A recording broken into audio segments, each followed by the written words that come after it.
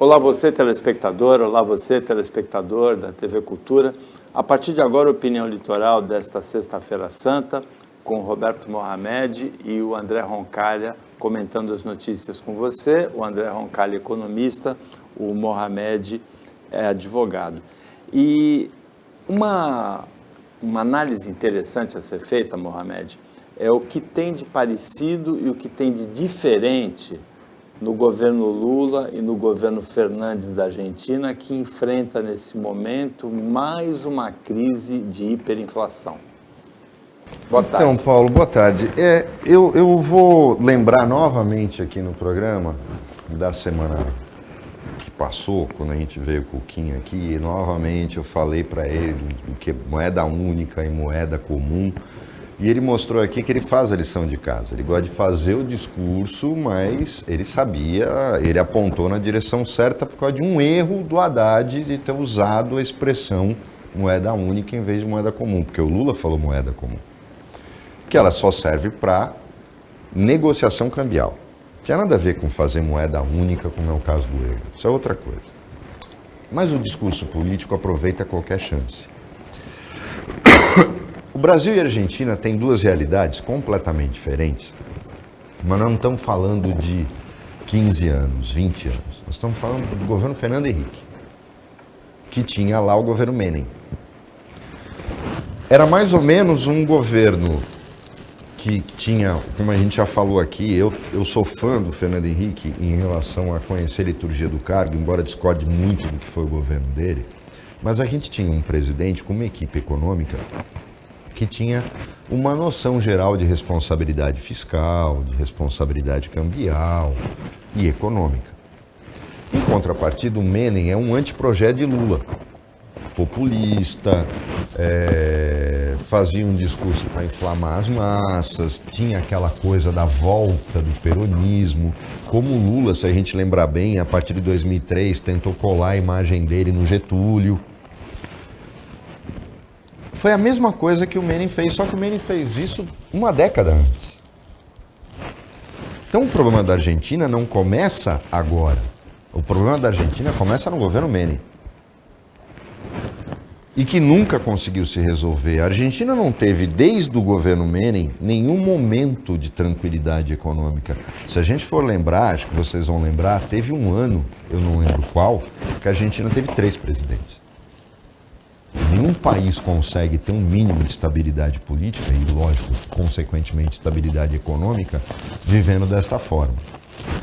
Mas é preciso entender também que a Argentina hoje vive uma situação, na minha opinião, de colapso, quando ela começou a perder aquilo que eu mais admirava na Argentina.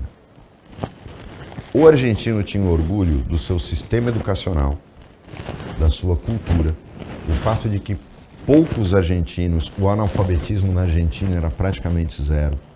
Aquela coisa de dizer a Argentina se acha europeu. Na verdade, eles se achavam com razão europeus. A Argentina, lógico, um país que tem menos de 1/3 da população brasileira, conseguiu e tinha uma forma de encarar os desafios sociais, principalmente de educação e cultura, que nós nunca tivemos. E o que pegou para mim foi quando esta crise econômica e política da Argentina foi destruindo aquilo que eles tinham de melhor, que era a educação e a cultura. E hoje a gente vê a Argentina sendo uma sombra daquilo que ela era há 30, 40 anos atrás. Eu acho que isso é o que mais me assusta, mais do que a hiperinflação, Paulo, porque até nós já vivemos hiperinflação. A juventude não lembra disso. Eu lembro de você ter 60% de inflação, que é 45%, 44% em um único mês. O que se discutia, a inflação de janeiro de 89, que foi discutida nos tribunais, era 70,28%. Então, falar de hiperinflação na Argentina como se a gente nunca tivesse conhecido. Não, a gente conheceu sim.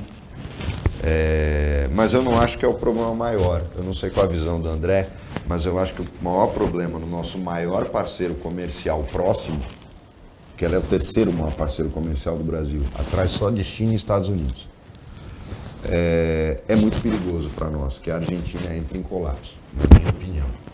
Bolsonaristas podem até pensar diferente, porque o Bolsonaro virou de costas para a Argentina. Mas o Brasil, sem a Argentina, também começa a mancar. O problema da Argentina sempre foi, historicamente, falta de dólar.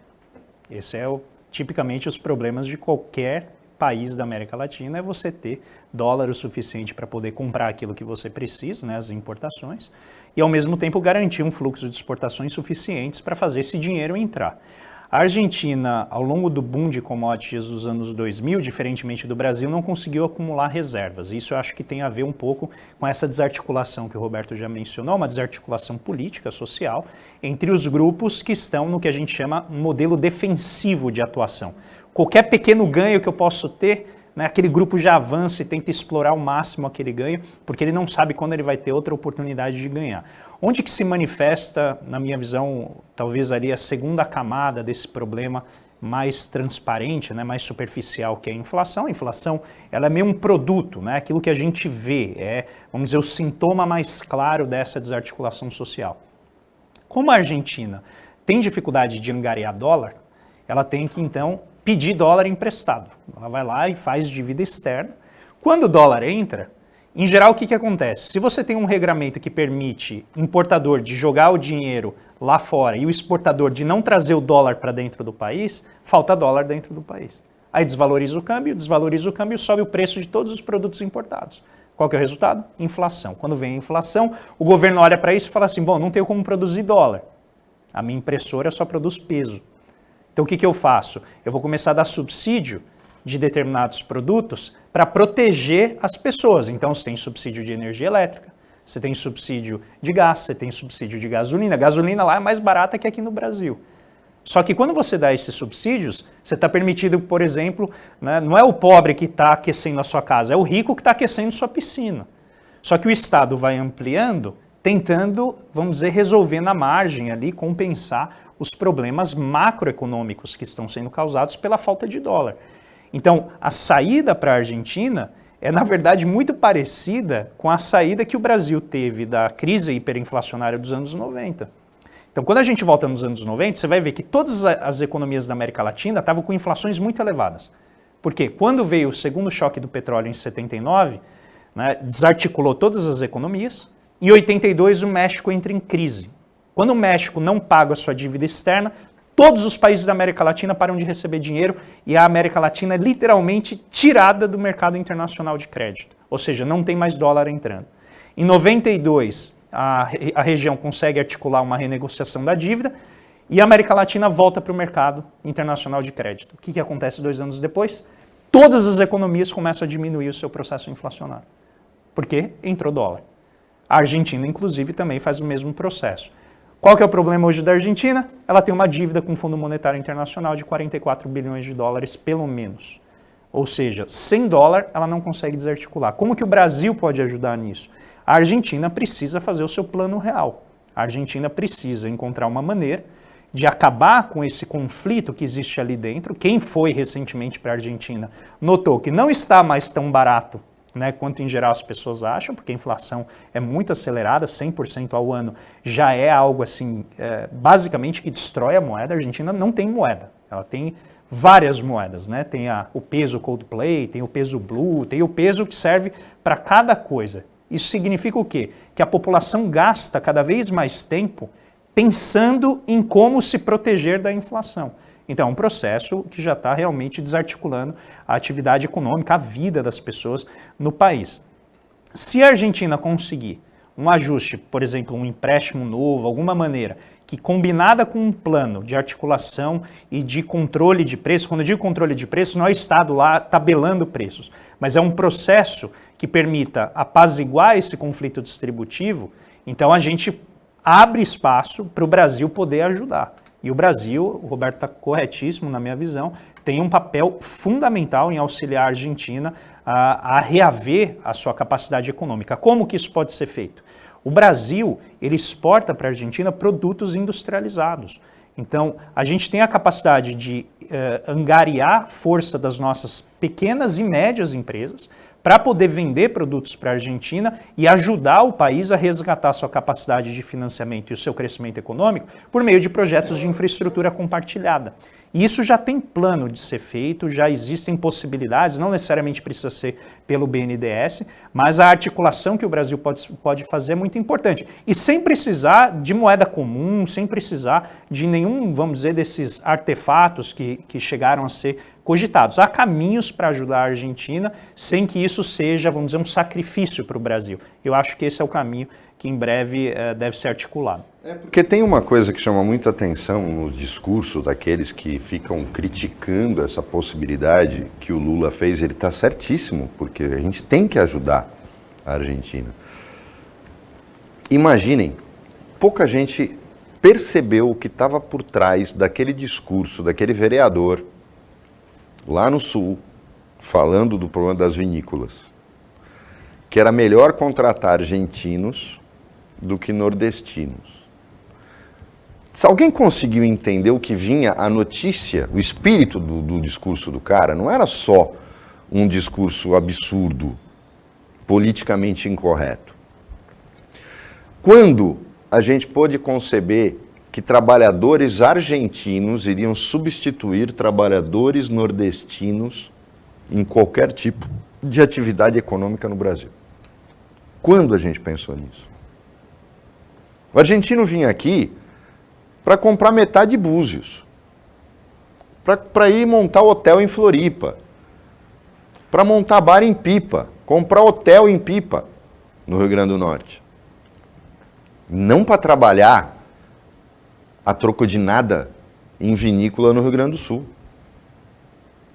Este retrato do que está acontecendo na Argentina, e para o bolsonarista idiota que não consegue olhar 10 centímetros à frente do umbigo dele, quando a gente vê o que está acontecendo na migração da Venezuela, e é importante frear essa imigração, só tem duas alternativas. Ou a gente invade a Venezuela e a gente está sem bala, né? Porque os caras ficam falando do exército. Para dar golpe de Estado é só entrar dentro de uma coisa. Eu quero ver ir para a guerra. Isso o milico brasileiro não tem a menor possibilidade, porque não tem munição para colocar A milícia tem mais bala guardada, depois das regras do Bolsonaro, do que o exército brasileiro. Nós não vamos conseguir, mas a gente não avança 10 quilômetros na fronteira venezuelana. Então essa hipótese está descartada. Ou ajudando, porque a Venezuela tem que segurar o povo lá. Não é uma questão de ajudar amiguinho. Aí vem a bobagem da Nicarágua, isso é outra coisa. Mas em relação à Venezuela, é uma questão de, é bom para nós. Agora imaginem, olha o tamanho da Venezuela. A Venezuela tem petróleo, portanto ela tem fluxo de dólar. E o maior comprador dela são os Estados Unidos. A Argentina não tem. Imaginem o caos social no sul do Brasil. Aquele que diz que quer ser um país à parte, numa crise social de convulsão na Argentina e uma massa de argentinos invadindo o Rio Grande do Sul, Paraná e Santa Catarina, competindo com os brasileiros em emprego. Lembrando, a Argentina, quem vai atravessar, ao contrário da Venezuela, tem muito médico, tem muito engenheiro, tem muito dentista, tem muito enfermeiro e gente qualificada. Aí eu quero ver o berro de todo mundo quando os argentinos começarem a fugir para cá. Você acha que eu estou errado? Eu estou só imaginando a situação em que, né, os médicos da região sul concorrendo com os médicos argentinos e replicando o padrão de xenofobia, né, que existe hoje lá na Europa. Né? Seria realmente algo que eu, pelo menos, nunca imaginei viver, né, presenciar isso, mas você colocou muito bem. Uma coisa parecida com o médico cubano, né? Então, mas aí com o médico cubano já existe, vamos dizer assim, uma reação tipicamente ideológica por ser um regime comunista. Então, ali eu não considero nem que era xenofobia, é mais uma reação ideológica ao comunismo, né? Ao governo cubano. Nesse caso, não. Nesse caso, você teria, assim, olha, não quero argentino concorrendo comigo. Você xenófobo, volte para a Argentina, não fique aqui. Realmente seria algo, né, inédito para o Brasil. Fica com a gente que a opinião volta já já.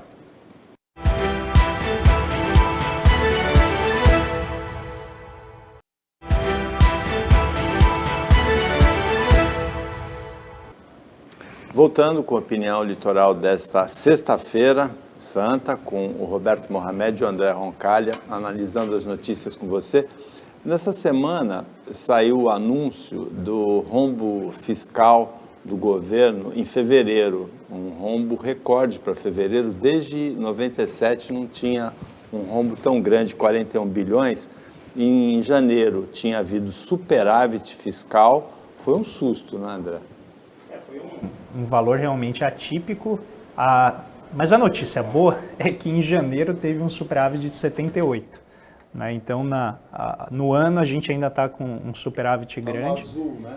Exatamente, está no azul. Não vai fechar no azul, a tendência é esse ano fechar algo em torno de 100 bilhões negativos, daí mais ou menos 1% do PIB, se a promessa do Haddad, né, conseguisse concretizar em reduzir o déficit que hoje, né, é previsto em algo em torno de 230 bilhões. Foi isso que a PEC da transição, depois do segundo turno, né, aprovada pelo Congresso, garantiu de espaço para o governo. Então, o esforço aqui é tentar fechar o ano em algo em torno de 100 bilhões negativos, com a promessa agora do marco fiscal de encontrar mais receita para fechar com 50 bilhões negativos, ou seja, 50 bilhões a menos de déficit.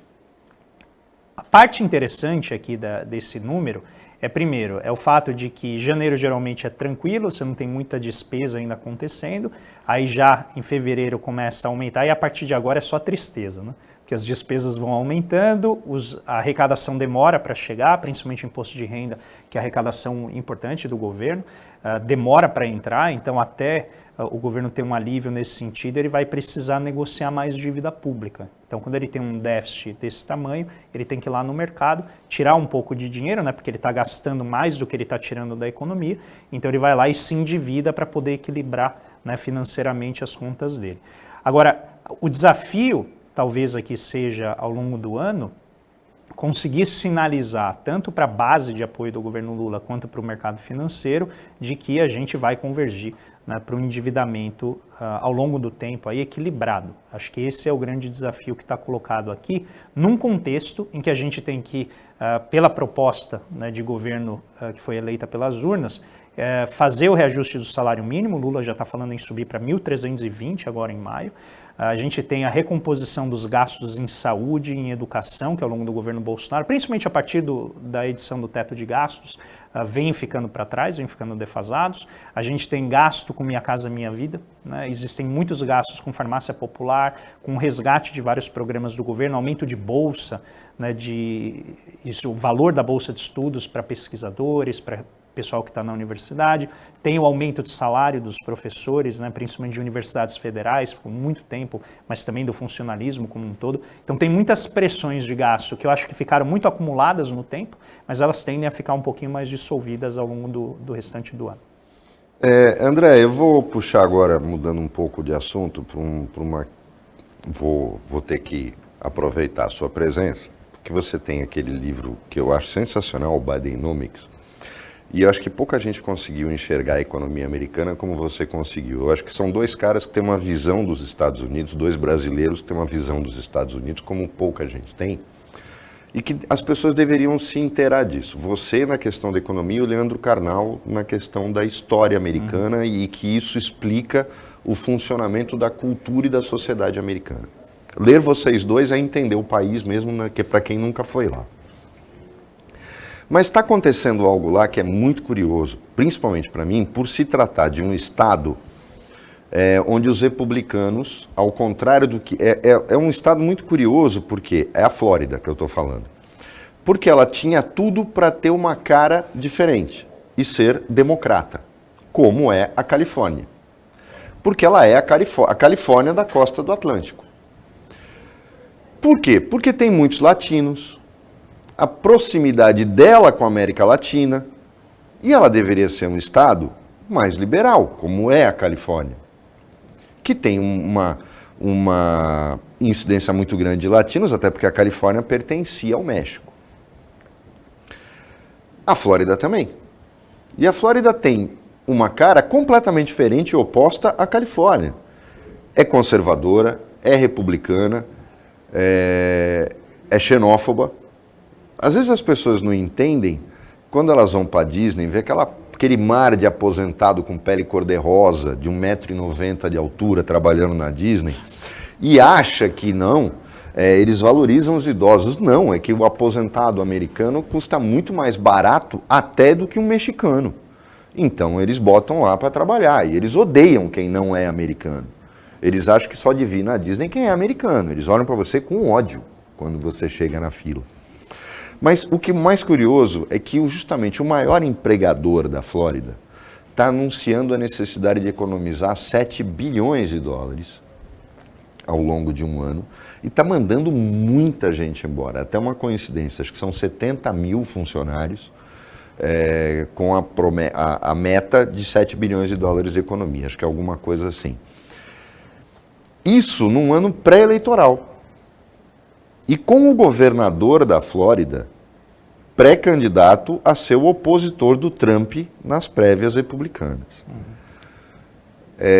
Você não acha que há o risco de, num movimento como esse, de ser até uma sabotagem contra essas pretensões do governador da Flórida, porque ele vai pagar o preço de um desemprego em massa como esse?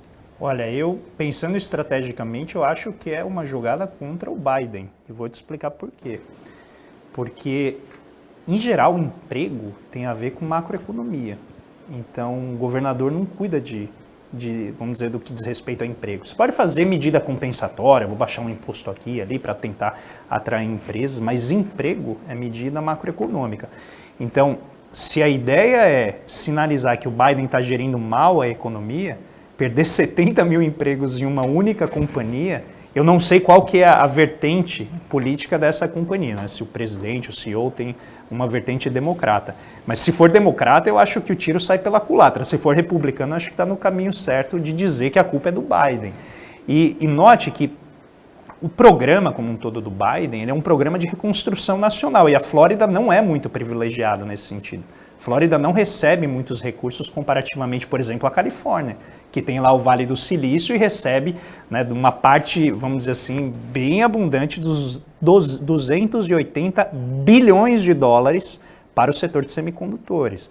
Então, a política norte-americana, eu acho ela muito contraintuitiva, ela não é fácil de entender, e não sabendo exatamente quais são as pretensões, né, eventuais desse CEO, e lá é liberado o financiamento empresarial de campanha, né? Não sei se você tem informação de para quem que ele normalmente essa empresa investe. É republicana.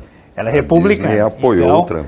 A gente está falando claramente aqui de uma estratégia, na minha visão. Obviamente, eu não acho que estão falando, vamos mandar embora 70 mil pessoas para dificultar para o Biden, mas certamente a narrativa acho que vai na direção de o Biden não estar conseguindo segurar a economia. E aí vem o ponto, a culpa é de quem? É do Biden ou é do Jerome Powell, que é o presidente do Banco Central americano, que está subindo as taxas de juros e causando problemas, como a gente viu com o Silicon Valley Bank, né, que quebrou no mês passado, o caso, né, da Disney, que já está enfrentando uma concorrência brutal, né, de outras redes de streaming. A Disney entrou tarde, né, nesse jogo e está começando a ter problemas também de caixa. E isso é algo que possivelmente as narrativas, né, em época de campanha vão ficar loucas, né, para tentar atribuir a culpa aos diferentes agentes políticos. Agora, eu ainda tenho dúvidas se o DeSantis vai conseguir emplacar a candidatura dele, porque se o Trump sair, né, vamos dizer, de alguma maneira favorecido desse processo de indiciamento que ele está passando, eu acho que ele vai ser insuperável dentro do Partido Republicano. Mohamed, vindo da política dos Estados Unidos para a política tupiniquim, nessa semana, surpreendentemente, o anúncio de uma candidatura do Datena nunca é surpreendente, porque ele tem sido pré-candidato em todas as últimas eleições, sucessivamente. Mas uma aproximação com o Guilherme Boulos do PSOL é surpreendente, não é? Então, eu vou além. Muita gente que está apoiando o Guilherme Boulos, que só vai mostrar a cara o ano que vem, está me surpreendendo.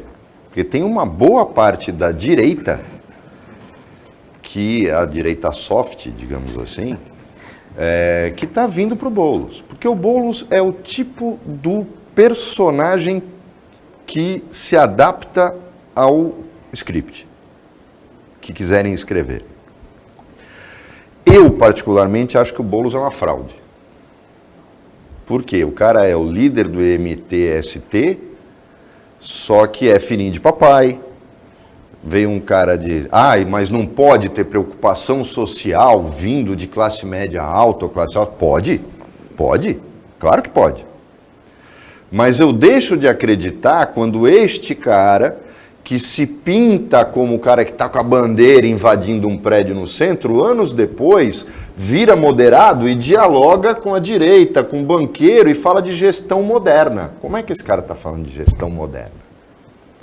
Ele acha justo ocupar espaços que a sociedade não ocupa. Aí, de outro lado, tem um cara que já foi candidato a tudo, ou pré-candidato a tudo, histriônico, que faz aquele discurso que tenta agradar todo mundo, mostra que está indignado contra tudo e contra todos, que é o Datena. E não me surpreende que o Datena, ora Bolsonaro, ora Lula, também agora seja ora Boulos, ora Ricardo Nunes. Ele tem escolhido bater no Ricardo Nunes desde que o Ricardo Nunes assumiu. Mas aqui a gente fica se perguntando, quem é o Ricardo Nunes na fila do pão? O cara que deu sorte de ser vice do Bruno. Não um cara que construiu uma carreira política. O Ricardo é tipicamente o famoso quem. Porque ninguém sabia quem ele era. E acho que todo mundo em São Paulo, a grande maioria, continua não sabendo quem ele é. Então, é muito difícil que o Ricardo Nunes, eu não acredito que ele repita o que o Rodrigo Garcia fez, ou seja, de chegar até a incomodar. Eu acho que ele sequer vai chegar a incomodar, mas não dá para subestimar um cara que vai ter uma máquina milionária depois daquele acordo do Campo de Marte, uma máquina milionária que ele economizou para soltar tudo ao longo deste ano e do ano que vem. Agora, não me surpreende Datena e Boulos, porque o Datena, ele gosta de sofá. Ele quer sentar. No colo de quem? Ele escolhe aquele que estiver mais próximo ou tiver a coxa mais macia. Mas ele gosta de sentar. Então, se o sofá é vermelho, se o sofá é azul, se o sofá é amarelo, o Datena viu o sofá e ele quer sentar. Isso você pode ter certeza. Agora, em relação à transformação do Boulos, tem aquela frase antiga do francês, né? Que quem não for socialista até os 20 não tem coração e quem continuar socialista depois dos 40 não tem cérebro. Não tem essa frase? Não, existe essa frase mesmo. Ela foi muito usada aqui no Brasil já muitas vezes. Inclusive o Delfim Neto usava bastante isso. Eu acho que o Boulos, para quem quiser entender um pouquinho a trajetória do Boulos, vale a pena ler um perfil que a revista Piauí fez do José Genuíno. José Genuíno, né, até os anos 70, ele era um comunista revolucionário e conforme ele foi se elegendo para deputado federal, ele começou a vamos chamar assim de maneira mais direta, se domesticar na política. Porque a convivência, a exposição a outras forças, outras ideologias vão fazendo com que um tempo você vá moderando o discurso, vá moderando a sua atuação. Eu acho que o Guilherme Boulos passa por esse processo, o PSOL vem passando por um processo de domesticação na política, no sentido de concorrer, né, pelos meios democráticos a cargos de poder e tentar mudar o sistema por dentro. Né? Deixou de ter, acho que nunca teve originalmente, mas tinha certamente uma verve mais radical antes. E o Boulos, ele conseguiu angariar muito capital político nas últimas eleições. Então acho que ele deixa de ser aquele apenas... vamos dizer, candidato que grita, que faz, né, indignação contra o que está errado no sistema, e a partir do momento que ele começa a ter efetivamente chances de eleição, é natural que o discurso vá se moderando para poder aglutinar forças políticas em torno daquele projeto. O que me chama mais a atenção não é tanto o Boulos, mas é o Datena. Como o Roberto colocou aqui, ele varia, né, ele é mais volátil do que a nossa taxa de câmbio. Né? Você não sabe direito, ele está no Bolsonaro, ele está indignado com tudo. E ele está agora no PDT, que é um partido que está no governo federal, ou seja, está aliado ao PT, mas que na dimensão aqui estadual e municipal não tem nenhuma aliança automática. Eu acho que ali, esse vazamento estratégico, né, dessa reunião foi uma tentativa de marcar presença e marcar território. Agora, o Boulos ele fez 40% da votação no segundo turno para a Prefeitura de São Paulo contra o Bruno Covas. Né? A gente não pode esquecer que São Paulo, a capital de São Paulo, cercada por municípios conservadores, a capital de São Paulo é atípica. Enquanto o PT jamais consegue ultrapassar os 30 e poucos % no governo estadual, é por causa do interior. Porque normalmente o PT ganha na capital. Mas, surpreendentemente, o Haddad foi um dos poucos prefeitos, depois do advento da reeleição, que não conseguiu se reeleger. Então, essa história de dizer que a capital é de esquerda, não é. A vitória do Bruno Covas mostrou claramente que ele não é que a capital não é de esquerda. E então, é preciso a gente entender que essa coisa que hoje se considera, o Boulos teve 40 e ele vem com tudo, porque vai vir com o apoio do governo federal e com... Se o PT realmente cumprir a promessa de apoiá-lo, o que eu, sinceramente, não acredito, estou fazendo aposta, eu acho que o PT... o Boulos também está fazendo isso. O PT vai trair. Eu tenho certeza que o PT vai trair.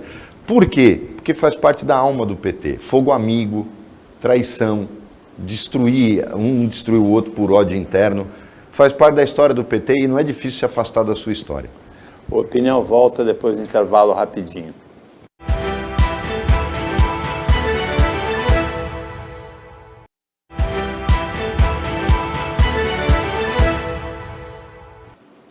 Voltando com a opinião litoral desta sexta-feira santa, o Roberto Mohamed e o André Roncalha estão analisando as notícias com você, Mohamed.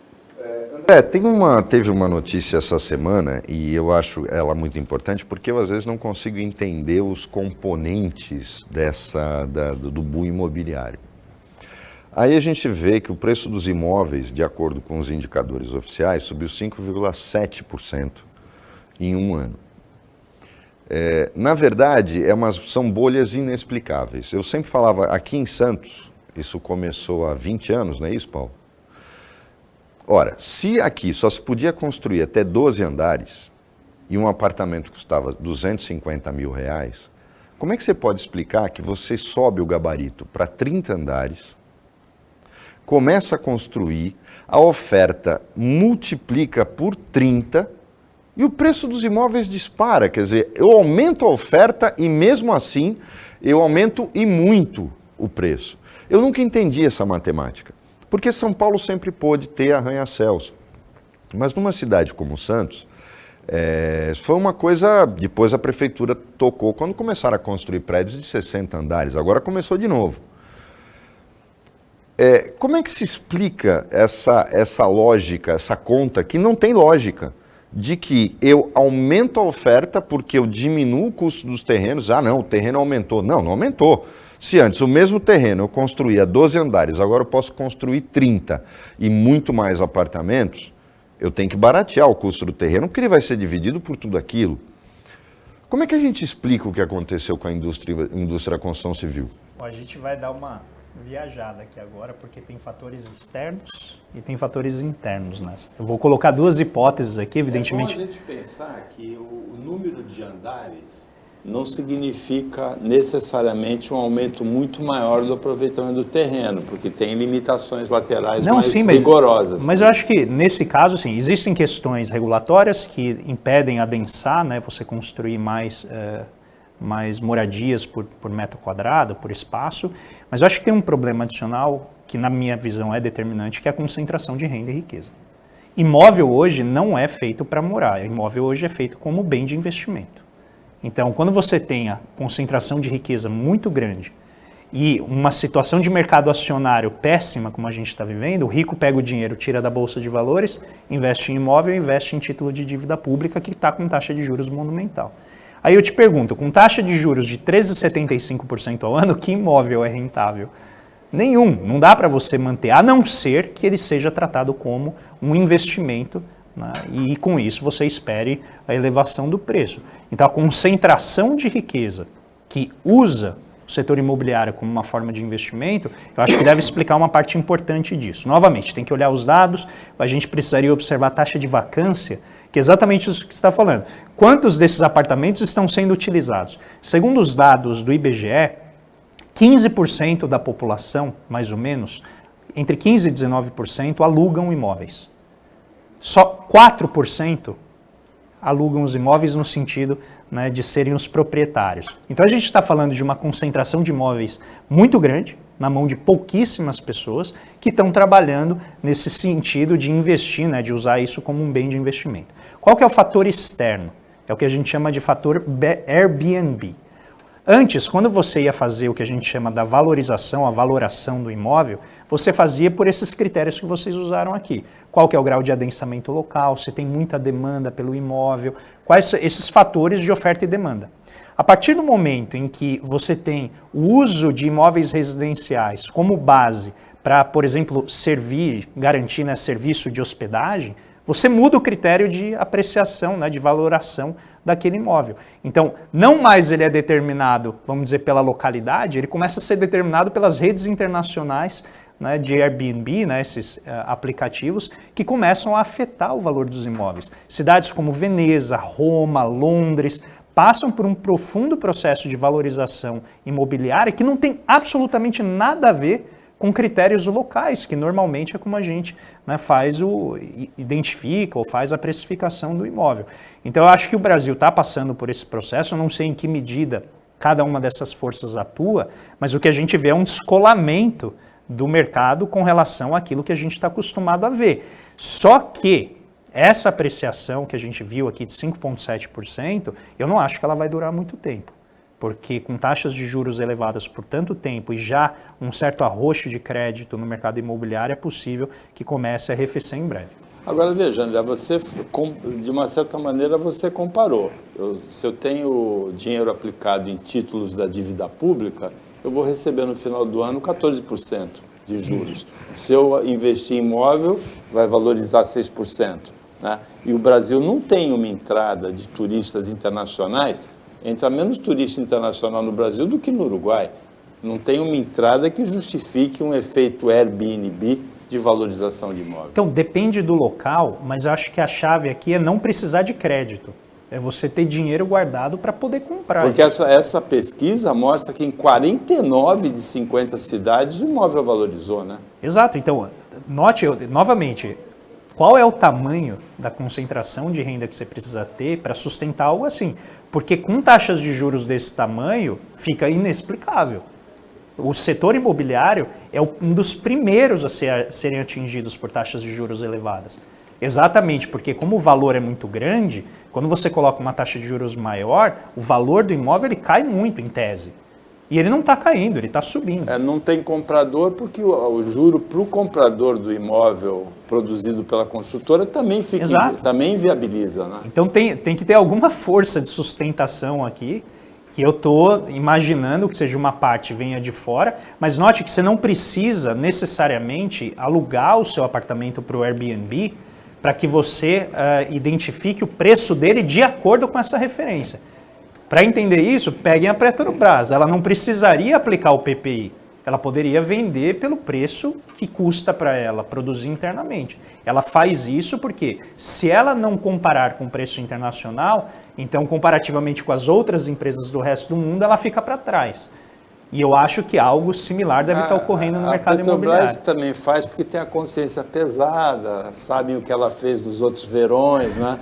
Mas, nessa semana também a gente teve uma decisão impactante, e isso é para o mercado mundial todo, mas afeta duramente o Brasil, que é a redução de produção de petróleo pelo cartel, né?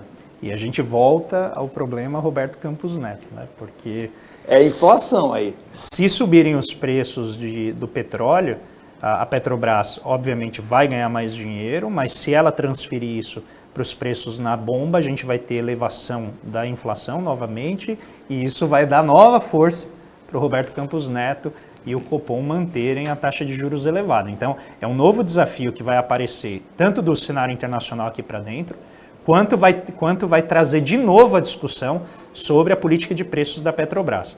As refinarias e muitos, na verdade, distribuidoras já estão reclamando de um diferencial aí de cerca de 10 centavos o litro por conta de a Petrobras não ter já repassado a elevação do preço do petróleo, que já passou de 85 dólares o barril, está oscilando ali entre 80 e 90, e já a previsão de que até o fim do ano vai chegar próximo de 100.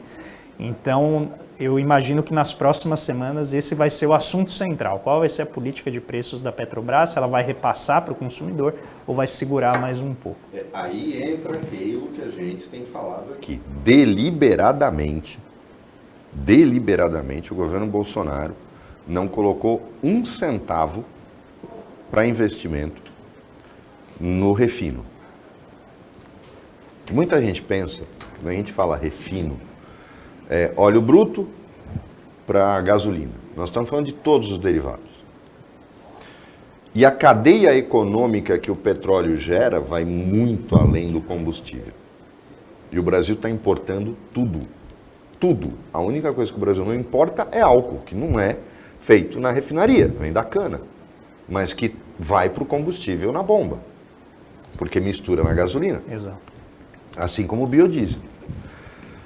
O que ninguém entende é que enquanto a gente abandonou a Abreu e Lima, abandonaram a refinaria, mas estava jogando dinheiro fora. Mas ela tem que funcionar, jogar dinheiro fora é abandonar.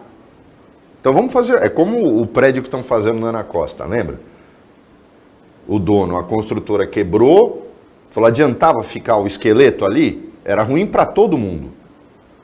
Um construtor foi lá e falou, tudo bem, vai custar caro, mas a gente tem que terminar. E está terminando. Você tinha que ter terminado. Você tem que investir. Por que que não se aumentou a capacidade de refino para que nós nos tornássemos... Quando eu falava tinha aqui... condição política para isso? Tinha, Paulo. Sabe por quê? Simples. Ao invés de trocar o presidente da Petrobras de 6 em 6 meses, era só licitar o diabo. Tudo bem, não quer tirar dinheiro da Petrobras, acaba com o monopólio e licita Abreu e Lima. Entrega para a iniciativa privada. Os chineses estão babando para refinar petróleo no Brasil. É aquela história, não é o que a gente quer. Não sei se não é o que a gente quer. O problema é, o monopólio da Petrobras se justifica, como é que uma empresa que tem monopólio pode também ser a responsável por sozinha editar o preço de alguma coisa? Eu sempre fui contra o monopólio da Petrobras. Ela tem que pagar imposto. Alguém vai dizer que os americanos... não é questão de... olha o exemplo deles. O americano quer ganhar dinheiro, ele quer ter emprego, ele quer ganhar imposto. Não importa se a Shell é estatal, se a Exxon é estatal, é privada. Ele quer ganhar dinheiro. A Petrobras tem que pagar imposto, tem que pagar royalty. E ela vai fazer isso sendo estatal ou privada. E hoje, ela é muito mais privada do que estatal. O que eu me pergunto é, por que não quebra o monopólio de uma vez? Tá bom, abre para iniciativa privada. De qualquer maneira, eu vou pagar em reais o que eu refinar aqui.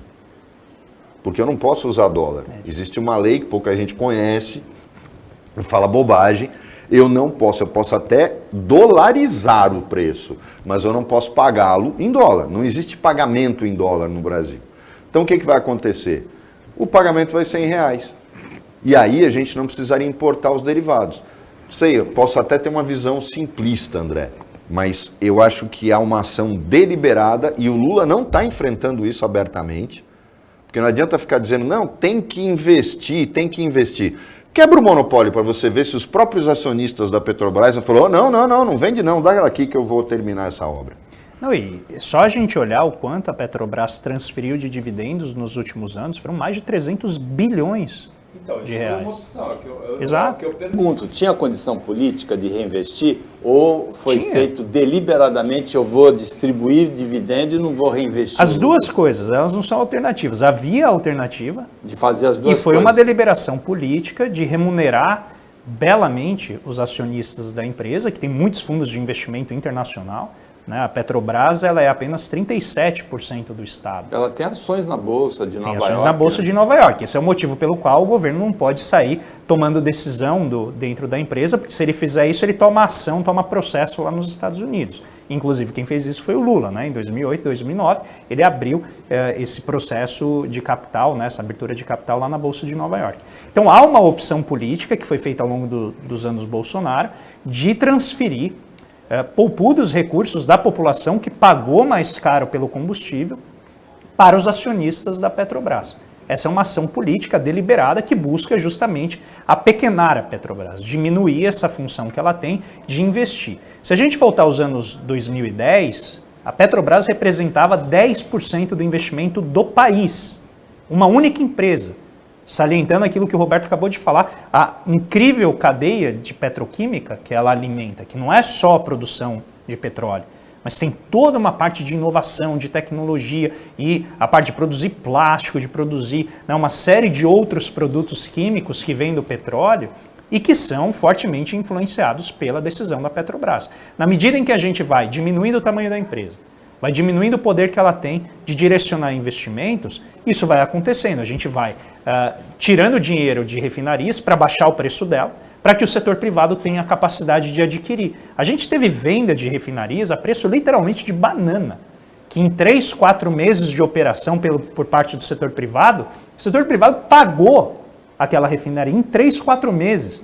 Um investimento que às vezes demora décadas para poder se pagar. E não só a refinaria, também a distribuidora, né? Refinarias, distribuidoras, gasodutos, todos esses elementos foram nitidamente direcionados para serem privatizados a preço muito baixo, onerando, na minha visão, o erário público, só que a gente, novamente, tem uma situação agora que nos pega ali no contrapé, que é exatamente esse choque do petróleo. Se a Petrobras fosse integralmente, né, vamos dizer, dominasse o mercado, a gente poderia discutir como transferir isso ao longo do tempo. Hoje a gente tem que se preocupar com o setor privado, que só é rentável se a Petrobras aplicar uma política que imita a importação. Ou seja, a Petrobras não tem que importar o petróleo, ela não tem que pagar custo do frete, ela não tem que pagar imposto de importação, só que ela tem que colocar todos esses elementos no preço para que a importadora tenha capacidade de concorrer. Em outras palavras, a gente está colocando um preço artificialmente elevado, o povo está pagando mais pela gasolina